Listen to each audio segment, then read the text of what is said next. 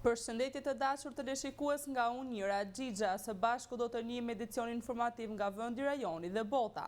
Kryebashkiaku i Tiranës Erion Velia e ka depozituar në gjykatën administrative të shkallës së parë Tiranë një kërkesë padik kundër institucionit të presidentit të Republikës së Shqipërisë të vitit 2007-2012 me prokurorin të posaçëm Olc Dado. Kryetari i Bashkisë së Tiranës Erion Velia i ka paditur institucionin e presidentit të Republikës dhe prokurorin Olc Dado. Velia i ka depozituar në gjykatën administrative të shkallës së parë në Tiranë kërkesë padin kundër institucionit të presidentit të Republikës së Shqipërisë në vitin 2007-2012 dhe prokurorit të posaçëm Olc Dado, duke kërkuar konstatimin e pavlefshmërisë absolute të dekretit të emërimit të këtij të fundit si prokuror. Sipas padisë, emërimi i prokurorit të shkryer në kundërshtim flagrant me ligjin, pasi në momentin e dekretimit ai nuk plotësonte kriteret ligjore të detyrueshme për ushtrimin e funksionit të prokurorit, pa shkollën përkatëse të magjistraturës. Velia i kërkon gjithashtu që Këshilli i Lartë i Prokurorisë të detyrohet të marrë vendim për përfundimin e menjëhershëm të statusit të magjistratit dhe ushtrimit në mënyrë të palishme të detyrës së prokurorit. Në fjalë, në padi theksohet se të gjitha veprimet penale të kryera ndaj Erion Veliait përfshirë masat e sigurisë dhe kufizimin e ushtrimit të mandatit të kryetarit të Bashkisë së Tiranës mbështeten mbi një akt emërimi null al inito, duke sjell pasoja të rënda ndaj Bashkisë së Tiranës, Republikës së Shqipërisë, rendit kushtetues, institucioneve, familjes dhe personit. Olc Dado i është propozuar presidentit në vitin 2008, a prokuroria e përgjithshme Ina Rama, teksa ai qartësisht nuk plotësonte kushtet kur ishte vetëm noter dhe pa magjistraturë, dhe më pas presidenca ka dekretuar në palishmëri noterin për prokuror. Ministri i Mbrojtjes Piro Vengu ka prezantuar një paketë të re ligjore për importin, eksportin dhe tranzitin e armëve të zjarrit, duke e përshtatur me direktivat e OKB-s dhe Bashkimit Evropian për të rritur sigurinë. Ministri i Mbrojtjes Piro Vengu ishte pjesë në Komisionin për Europën dhe Punët e Jashtme për të prezantuar një paketë të re ligjore për importin, eksportin dhe tranzitin e armëve të zjarrit dhe municioneve, me qëllim përputhjen në direktivat e kombëve rrisin sigurinë e importit, eksportit apo tranzitit të armëve të zjarrit. Nevojë kjo reale për modernizimin e kontrollit shtetëror. Institucionale, qeveria shqiptare ka miratuar, ka propozuar dhe ju keni miratuar në vitin 2014 një paket ligjore për industrinë ushtarake. Kjo paket ligjore ka filluar të zbatohet, kemi tashmë 6 kontrata të nënshkruara dhe po informoj publikisht, me që theksuat që ka informacion është absolutisht transparente dhe i disponueshëm publikisht, madje dhe kryeministri bëri një sqarim të premten e kaluar. Besoj se nuk ju ka shpëtuar, ndaj nuk mund të thoni që nuk kemi komunikuar për këtë çështje. Kajo, kompania shtetërore, ka bashkëthemeluar 6 kompani për prodhimin e municioneve, mjeteve të blinduar, mjeteve të emergjencave civile, mjeteve taktike, dronëve, sistemeve antidron, si kundër dhe armatimit të lehtë, dhe jemi në proces negocimi një kontratë të 7 praktikisht në vijim të mbledhjes dy qeverive me Italinë, për sa i përket kantierit Pashalimanit me Finkantierin italian.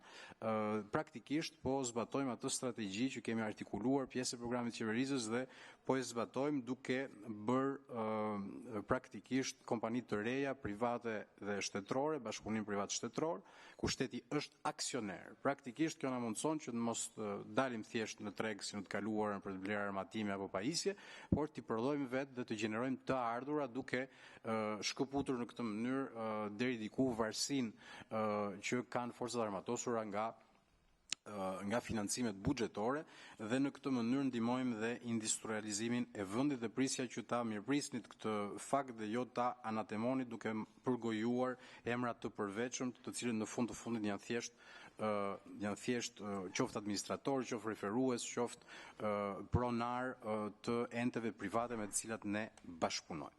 Ministri ndër të tjera ka bërë me dije se aktualisht janë nënshkruar 6 kontrate me Kajo dhe subjekte private për ndërtimin e 6 kompanive shtet privat mbi prodhimin e municioneve, mjeteve dhe pajisjeve personale, uniformave, armatimit të lehtë, dronëve, sistemit antidron dhe mjeteve të emergjencave civile. Vengu thekson se parashikohet që armatimet e para Made in Albania të prodhohen brenda 2026-s.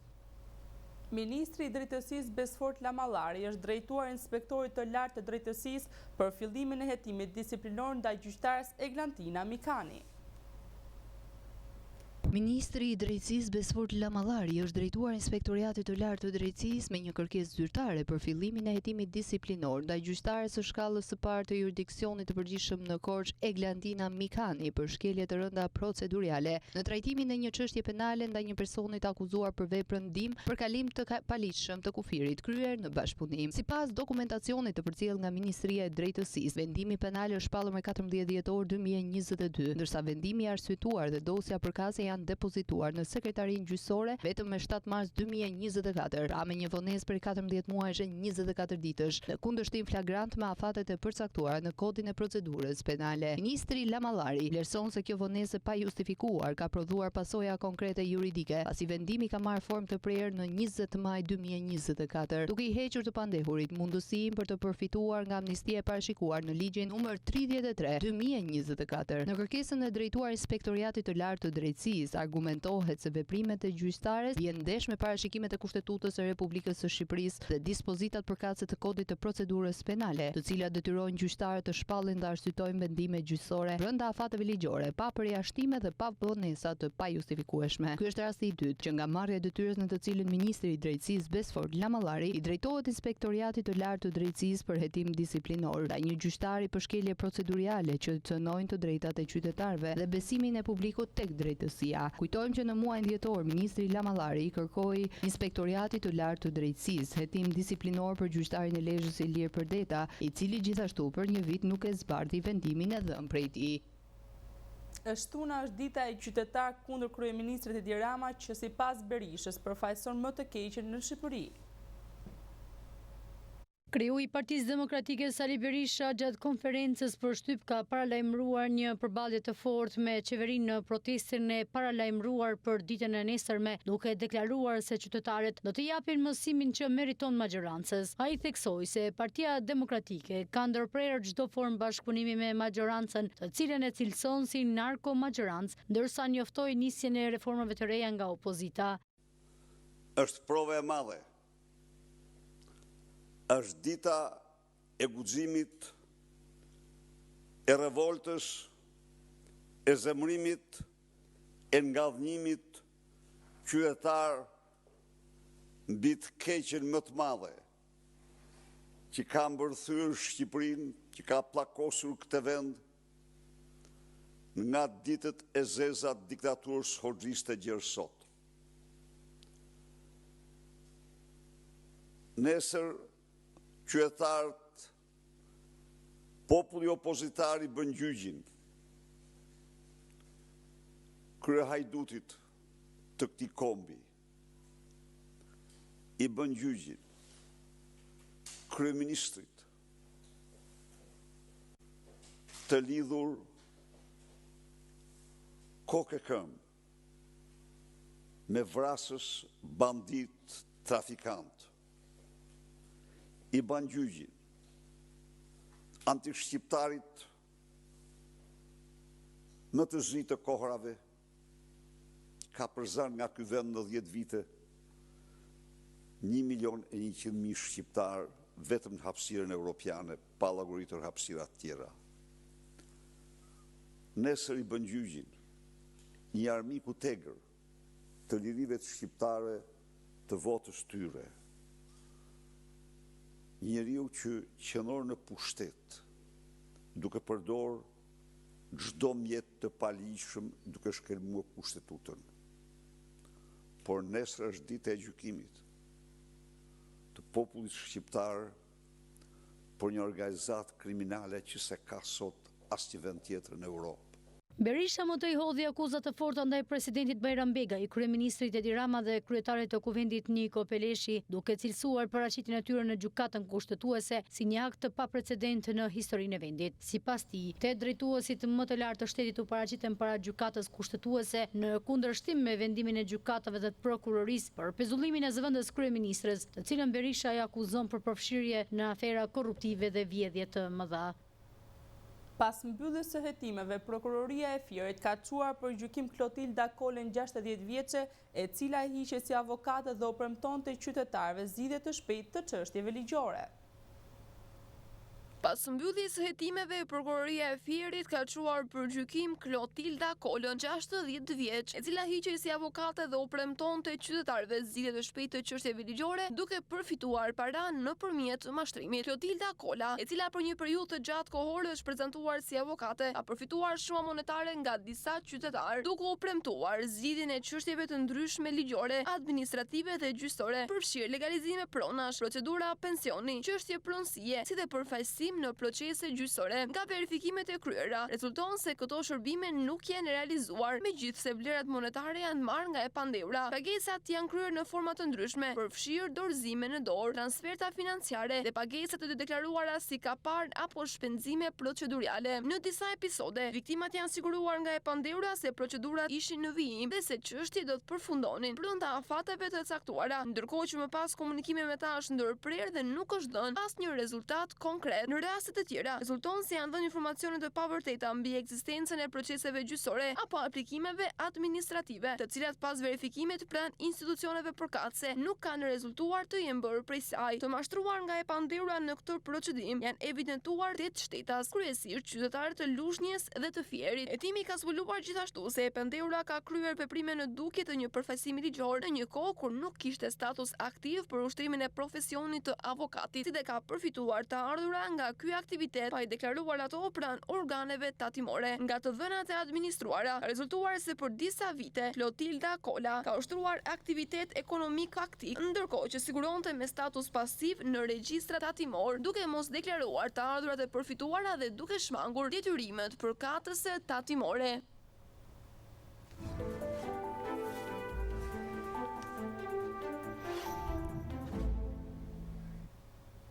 Shërbimi i kontrollit të brendshëm në sistemin e burgjeve ka kryer një operacion në burgun e Elbasanit.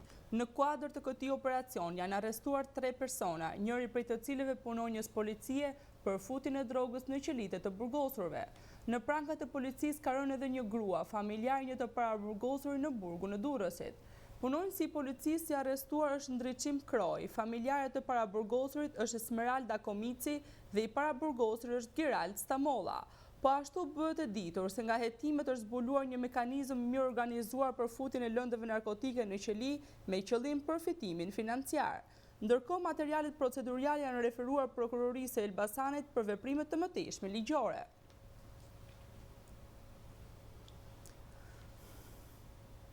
Dy vëllezër shqiptar, persona me precedent penal në Greqi, janë arrestuar se autor të dyshuar të shpërthimit me eksploziv në një diskotekë në Athinë.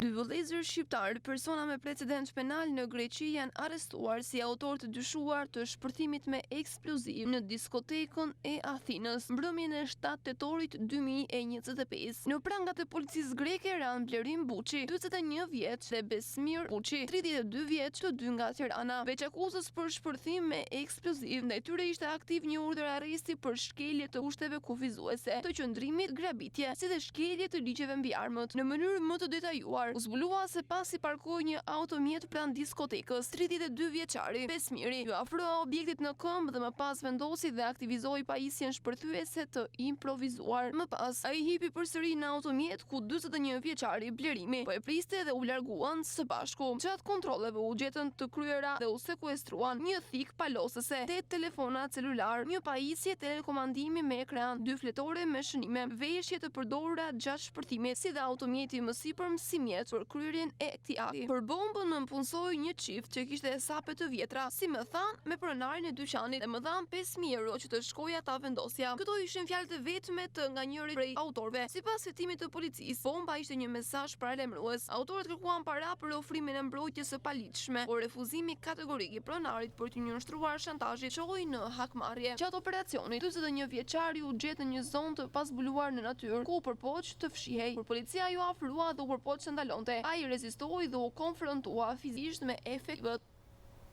Policia e Lezhës ka vënë në pranga një 45 vjeçar i shpallur në kërkim ndërkombëtar nga autoritetet spanjolle.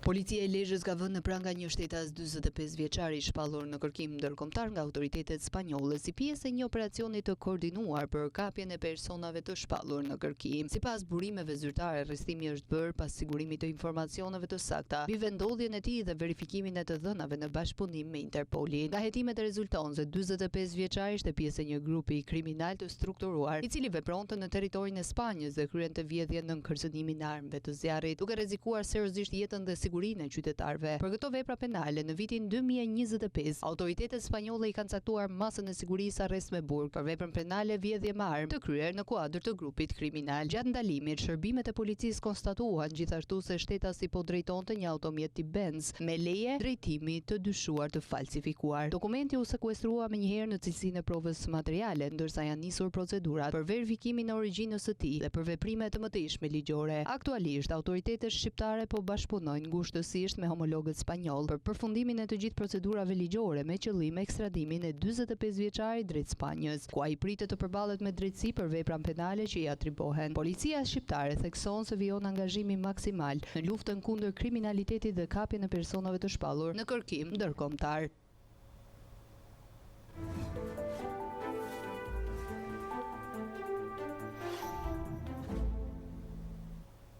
Ekonomia shqiptare ka vijuar trendin pozitive dhe gjatë vitit 2025, duke shënuar rritje ekonomike, stabilitet fiskal dhe përmirësim të klimës së biznesit. Ekonomia shqiptare ka vijuar trendin pozitiv edhe për gjatë vitit 2025, duke shënuar rritje ekonomike, stabilitet fiskal dhe përmirësim të klimës së biznesit. Të dhënat u prezantua nga Ministre e Ekonomisë Delina Ibrahimaj, e cila theksoi se aktiviteti i sektorit privat ka qenë në rritje pavarësisht pasigurive gjeopolitike globale. Prodhimi i brendshëm bruto sipas saj për 3 mujorin e 3 të vitit 2025 është rritur me 3.75%, një rritje që e tejkalon mesataren e Bashkimit Evropian dhe të rajonit. Ekonomia shqiptare për gjatë gjithë vitit të 2025 ka treguar një stabilitet makroekonomik, ka treguar që aktiviteti i sektorit privat ka vijuar të rritet dhe që gjithashtu kemi një klim biznesi e cila nxit investimet. Duke filluar nga prodhimi brendshëm bruto, i cili për 3 mujorin e tretë, siç e analizuam dhe herën e kaluar, u rrit me 3.75%, një vlerë, një normë rritse e cila është ndjeshëm më e lartë se mesatarja e Bashkimit Evropian, por më e lartë dhe se sa mesatarja e rajonit në cilin neve jetojmë. Kjo është një shifër domethënëse pasi tregon që ekonomia për gjatë gjithë viteve të fundit të periudhës post-pandemis ka pasur një stabilitet në rritje dhe është luhatur nga 3.5 deri në 4%, në ndërkohë që po jetojmë në një situatë gjeopolitike e cila ka paqartësira dhe në fakt treguesit kryesor makroekonomik të Europës tregojnë për këtë situatë të paqartë. Një element kyç i stabilitetit makroekonomik janë çmimet, treguesi çmimeve inflacioni për gjatë vitit 2025 është rritur me 2.2%, një normë e cila është brenda kufirit apo targetit prej 3% të Bankës së Shqipërisë. Rritja ekonomike është reflektuar edhe në të ardhurat buxhetore për 11 mujorin e parë të vitit 2025, ato kanë arritur në 688 miliard lekë ose 6.3% më shumë krahasuar me një vit më parë. Pozitive paraqitet edhe panorama e sipërmarrjes në një rritje prej 17.486 të numrit të bizneseve aktive në vend, krahasuar me vitin 2024. 11 mujorin e vitit 2025, të ardhurat janë në nivelin 688 miliard lek, ose 6.3% më shumë se sa vitin e kaluar. Është rëndësishme të theksohet se ky nivel të ardhurash dhe ky nivel rritje vjen në një kuadër politik ku nuk ka pasur rritje të barazë fiskale, pra tregon që rritja ekonomike është e pasqyruar në rritjen e aktivitetit ekonomik të bizneseve dhe gjithashtu të gjitha përpjekjet e Drejtorisë Përgjithshme të Tatimeve për të ulur informalitetin kanë dhënë rezultatin e tyre. Kjo rritje është më e lartë se sa rritja ekonomike, që do të thotë që pritshmëritë për të ardhmen vijojnë dhe për 3 mujorin e 4, pra për përmbylljen e vitit 2025, vijojnë të jenë të larta. Në linjë me rritjen e të ardhurave dhe numrat e bizneseve kanë ardhur në rritje. Për vitin 2025 kemi pasur 17.486 biznese më shumë se sa në vitin 2024.